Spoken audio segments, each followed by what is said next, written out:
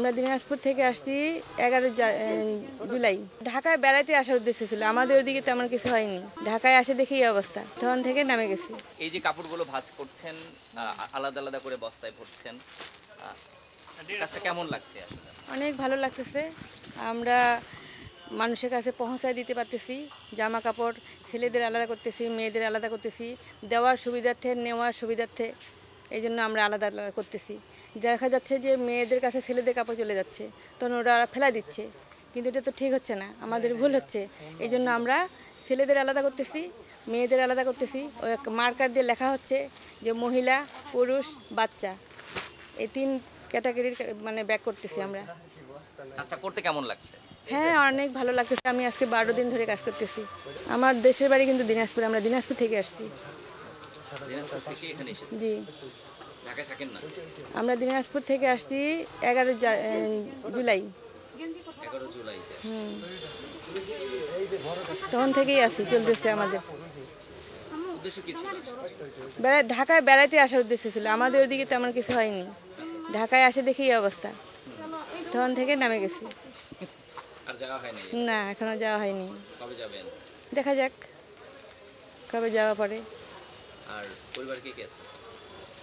পরিবারে কেউ তেমন নাই, ছেলে আর মেয়ে। আমি ছেলে ঢাকা ভার্সিটিতে মাস্টার্স করতেছে।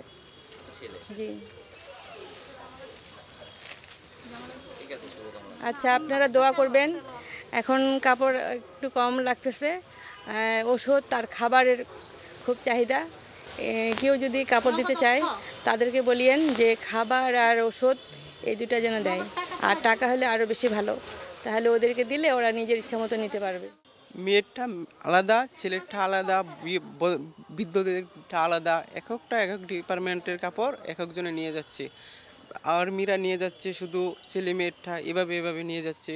আর আমরা পরে সব কিছু ডিভাইডেড করে দিচ্ছি। কতদিন ধরে করছেন? আমি আজকে 8 দিন ধরে এখানে কাজ করছি। কেমন লাগছে? আমার কাছে অনেক কমফোর্টেবল ফিল করি কাজ করে, কারণ আজকে ওরা বিপদে পড়ছে, আজকে ওদের বিপদ, আমাদের তো বিপদ আসতে পারে, আল্লাহ কাকে কীভাবে রাখে বলা যায় না। এই জন্য আমাদের ওদের পাশে দাঁড়িয়েছি। ইউনিভার্সিটিতে যায় না বলতে গেলে, এখন ক্লাস বর্জন করছে সবাই, যেন বন্যাদের পাশে সবাই দাঁড়িয়ে এলে ভালো হয়। মানে এই বন্যার্তদের দুর্ভোগ একটু একটু শেষ হলে বা কমলে হ্যাঁ, তখন আমরা ক্লাসে ফিরে যাব, এই জন্য। আর আমি রাতও থাকি, দিনও থাকি, রাত্রে পরে রাতের কাজ বেশি চাপ থাকে, ওই কাজগুলো তো চেন হয়ে কাপড় চোপড়, ওই যে আসবাবপত্র সব কিছু টাকে উঠায় দিতে হয়। আর রাতের শুকনা খাবারটা বেশি লুট হয় রাত্রে। আর এখন চাল ডাল খুব মজবুত আছে এখানে, পরে আবার নিয়ে নিব। ভলান্টিয়ার পর্যাপ্ত কি আছে? হ্যাঁ, ভলান্টিয়ার আছে। ভলান্টিয়ার এখন ক্যাফেটেরিয়া, তো ওটা হচ্ছে ভার্সিটি স্টুডেন্টের খাবার জায়গা, এই জন্য এখন ডাকসুতে ওগুলো নিয়ে যাচ্ছি।